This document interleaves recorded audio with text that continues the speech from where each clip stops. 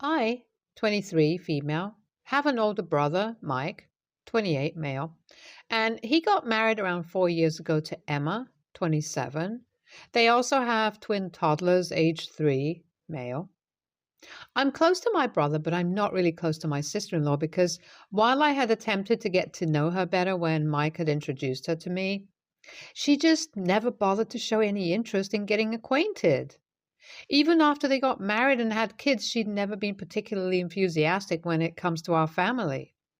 Which is fine by me, but then she shouldn't expect us to constantly be at her beck and call either. That's when it becomes unfair. But for some reason, she does expect help from me. When she just had kids, she would call me up and tell me to go grocery shopping for her as well, since she was stuck at home with the kids and Mike was too tired after work to do anything. I did it the first few times for Mike's sake, but then she started adding more errands, so I had to say no.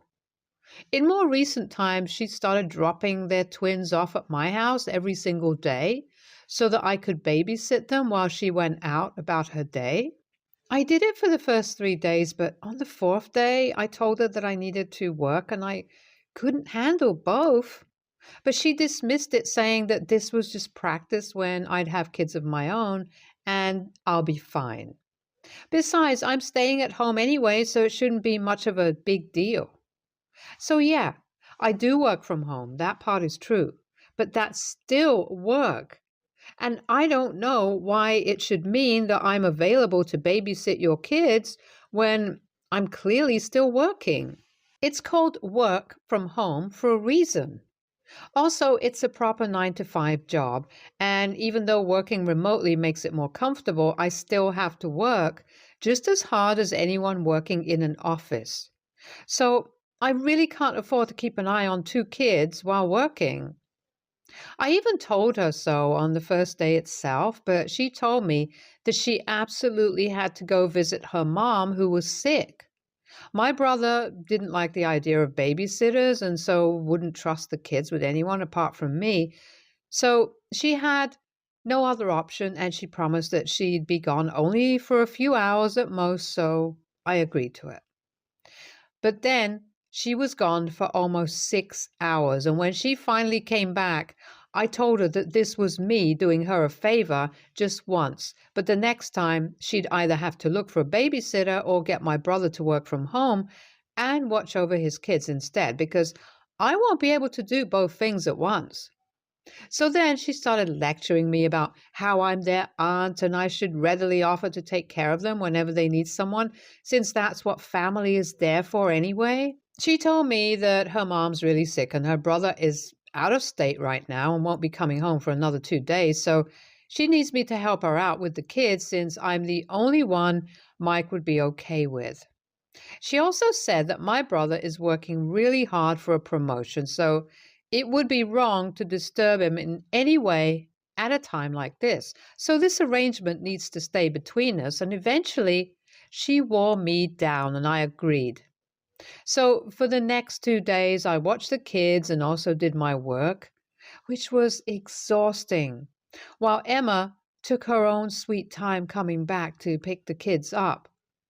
Anyway, on the fourth day, I was finally really excited to have the day to myself, since that was the day that Emma's brother was scheduled to come back home, and she wouldn't have to go take care of her mother since her brother would be there for her. But then again, she showed up right on time and dropped her kids off, saying that she needed to run some errands and she'd be back in a jiffy. Now, I knew that in a jiffy meant 2 hours at the least. And I tried to argue with her, but she was in such a hurry that she didn't even listen. She just waltzed in, sat her kids down on the couch, and rushed back out to her car without bothering to wait for me to get a word in. I was furious, so I texted her, saying that for someone who works 50 hours a week, taking up an additional task of being a free babysitter wasn't very easy, and the least she could do was at least be honest with me. Once again, she started telling me about how I owed this to her and Mike since we were family, and I pretty much lost it at that point. So I took a couple of screenshots of the text and sent them to my brother along with pictures of his kids in my house. I also sent him a detailed explanation of what had been happening for the past few days and how his wife had been treating me like daycare service and that this needed to stop. I had to work as well and I couldn't deal with this every day. Don't get me wrong, I love my nephews to bits and think they're perfect. But then kids are always a handful, and after all, I'm not their mother. And I didn't sign up for this, so it seems a bit unfair to just dump the kids on me and leave. I texted him all of this and just vented to him about Emma and her behavior. After around 15 minutes, Mike texted me back saying that he was sorry about all of this and he was on his way now to pick his kids up. I started feeling a little guilty then since Emma had told me beforehand that he was stressed about work, and this must have added to it as well. So I tried to tell him that I could handle it today, but he insisted on coming to take them back. When he showed up, he looked really upset and didn't speak much. He thanked me once again for being so patient and understanding about this whole situation and apologized for the inconvenience, then left. I felt really bad back then, and I still do since I could see the disappointment on his face. I thought it was because of me and my refusal to babysit my nephews, but 3 days later I found out from my parents that Mike had filed for divorce from Emma and had also demanded full custody of his kids, while Emma would only get visitation rights. My parents didn't know the real reason either, since they'd found out from Emma's parents, who'd call them up, devastated, to inform them about what was happening between their kids. Immediately, I called Mike up to ask what this was all about, since he'd always been head over heels in love with Emma, so this was strange. I went over to his place to talk to him, since Emma had left for the day, that he'd taken his kids back home with him from my house. They'd had a huge argument that evening itself when Emma came back home, and that was what had eventually led to her leaving the house and him filing for divorce the next morning itself. Apparently, this had been going on for a while, where she would take their kids and dump them on some unsuspecting relative and then go about her own day. Earlier, it had been Emma's third cousin who lived a few blocks away from them, but then she moved away. She hadn't even found out about it until after she'd moved away because Emma had never bothered to tell him. It was only because her cousin had made some joke about how Emma would have to look for another babysitter now that Mike found out about what she'd been up to. They'd gotten into a huge fight about that, since Mike had never agreed to this and Emma was a stay-at-home mom, so the least she could do for her kids was to live up to it, or at least send them to a daycare or get a proper babysitter to care for them if she wanted to be out. But she couldn't just dump them onto other people, especially people who he didn't know that well.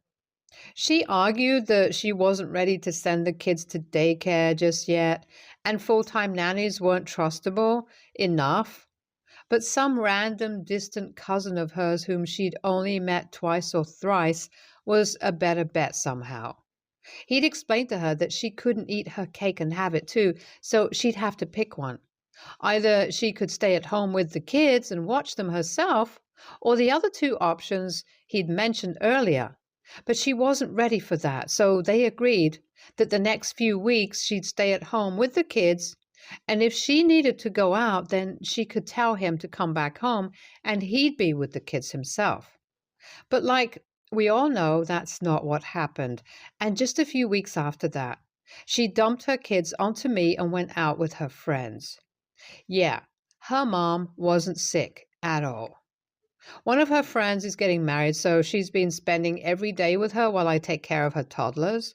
I was shocked and infuriated when I realized that she'd just been taking advantage of my willingness to help my brother out, and almost had half a mind to call her up and tell her what an awful person she was, but refrained from it somehow.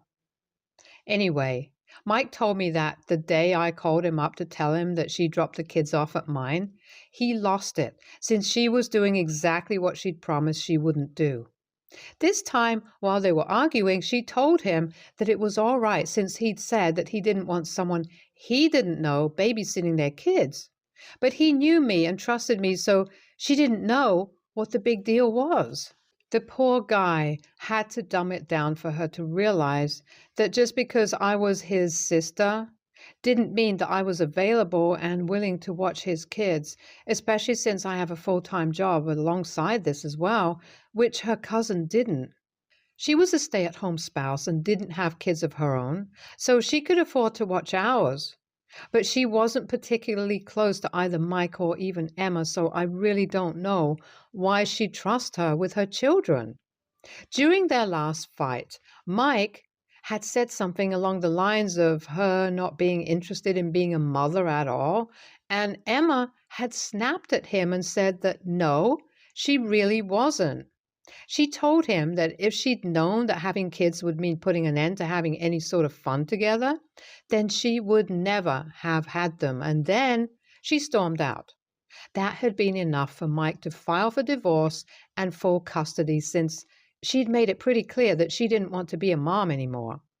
I was really shocked, since even though I'd always known that Emma was never really serious about life, I thought that marriage and kids would change that and she'd become a bit more responsible. But clearly that hadn't happened, and my brother and their kids, unfortunately, got caught up in all of it. He was pretty torn up about this whole divorce thing, and on top of that, she wasn't even willing to give up custody of the kids despite what she'd said. She hadn't responded to the divorce notice yet, but she was really angry, and his in-laws had been harassing him all day. I consoled him for a bit and told him it'd all work out eventually, after which I left, feeling considerably sadder about Mike. Once I got home, my parents called me again and asked me if I'd been able to find out anything since Mike hadn't answered any of their calls. So I told them that they'd have to speak to Mike himself, since I didn't know if it was my place to share his reasons. But they kept bugging me about it, so I ended up telling them anyway just to get them off my back.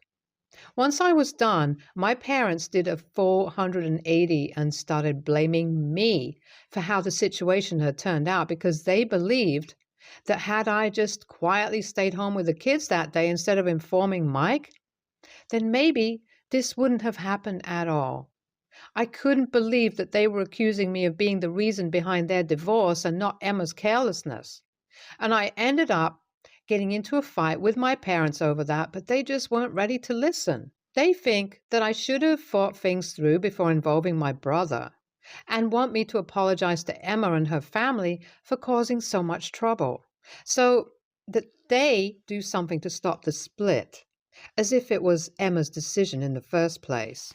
I know exactly why they're doing this as well. It's because my parents are close friends with Emma's parents and don't want to lose the friendship since Emma's parents are the rich and influential type of people that my parents would love to associate with. They were thrilled when Mike brought Emma home for the first time, since if it worked out, it would eventually mean an invitation to the pretentious people's parties. But the fact that they were so concerned about appearances and their relationships with other people that they were even willing to throw their own kids under the bus just didn't sit right with me and made me lose all respect for them instantly. I hung up on them and haven't spoken to them ever since, but they just keep badgering me and blaming me through text. I don't even dare to block them since a part of me still loves my parents even though I don't like them as people anymore. I can't even bother Mike with any of this, even though he's the person I'd usually go to under these circumstances.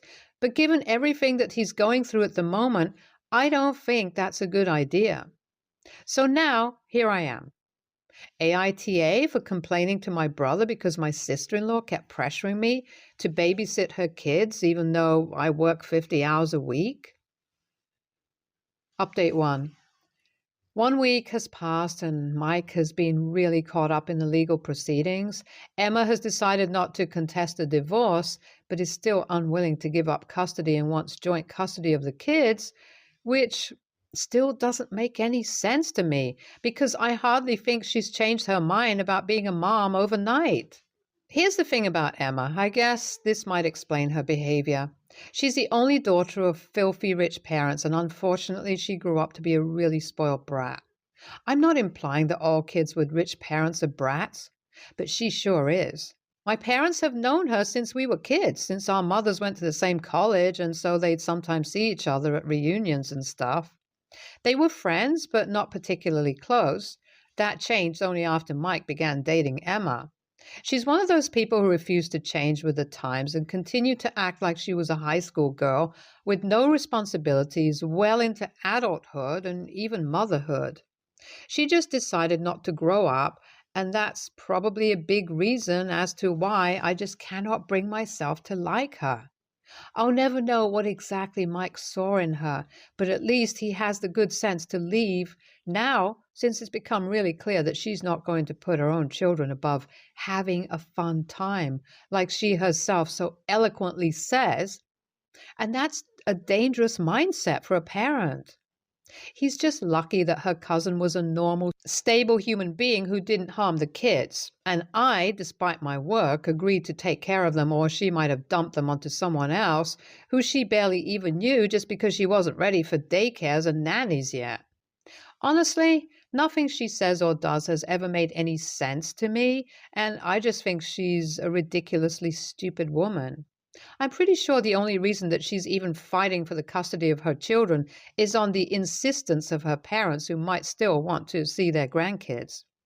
As for my own parents, they haven't spoken to me yet either, since I made it very clear a couple of days back that there was no way in hell that I was going to apologize to either Emma or her parents, since I don't think I've done anything wrong.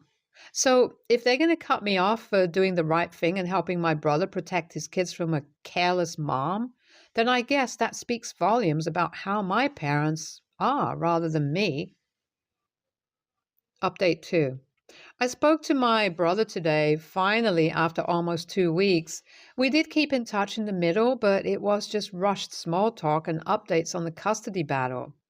It's been going pretty all right for him so far, and I'm happy about that. But his in-laws, Emma's parents, have started bothering me now. I'm pretty sure that my own parents gave them my contact info and address, which is why Emma's mother dropped by unannounced last night. She told me that I was the only person at this point who could convince my brother to agree to a joint custody agreement, and I was even ready to consider her request since she seemed earnest and desperate. But then she said something so annoyingly shallow that I couldn't take her seriously anymore. She told me that she, her husband, and Emma, most of all, were really distressed about what was going on. The divorce was bad enough in itself, but losing custody of her kids would just shatter Emma. I expected her to say that it would be a real blow to her as a mother, but she went on to tell me that they were already terrified of becoming the talk of the town if Emma did end up losing custody of her kids, which is why I needed to step in and do something to prevent it from happening. I was shocked that these people were more worried about people gossiping about them than they were about their own flesh and blood. That really was the limit for me. I told her that I'd talk to my brother about it, but obviously I had no intention of doing so, and said it only so that she'd go away and leave me alone.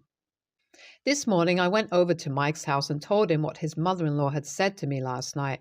He didn't even seem surprised, just upset that even now Emma didn't seem to care about her own children, but more about what her friends would think if she lost custody of them. I guess now it adds up to why she's been fighting so hard for joint custody. It's not because she's suddenly discovered how much she loves being a mother or anything of the sort, but only because she doesn't want to come off as an irresponsible or unstable woman who's not fit to be a mother who lost custody of her kids. This is all just a last-ditch attempt to save her reputation and nothing else, which is disheartening to say the least. The twins have been staying with Mike so far, and sometimes he asks me to babysit, which I do gladly when I'm available, and if I'm not, he asks one of his trusted friends, whom he's known for years and is willing to help out, to look after them since he hasn't had the time to look into a daycare or a nanny yet. Once the custody arrangement is finalized, I guess he'll get to it. I'm hopeful that he'll get full custody, and with any luck, it'll happen soon because, truth be told, Emma really doesn't deserve to be a mother. She wasn't ready for it back when she had them, and she's still not ready now.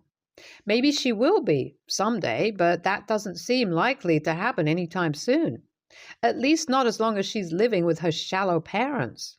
No wonder she turned out to be this way. The superficial apple doesn't fall far from the superficial tree, after all. But I'm one to talk, given my current relationship with my own parents. They haven't talked to me, and I don't think they will. They've reached out to Mike several times, though. He hasn't responded to them and has been really curt and businesslike with them because of the way they've been treating me. He even refused to let them come see the toddlers a couple of days ago and gave them an ultimatum, saying that they could either apologize to me and make amends, or they could pretend they had no kids at all and live a drama-free life. They got into an argument, and now my parents aren't speaking to either of us, which doesn't affect either of us anymore. We're much too busy with our own lives, and they've proved time and again that their loyalties lie not with their own kids, but with Emma's parents, so they've made their choice, and we've made peace with their choice.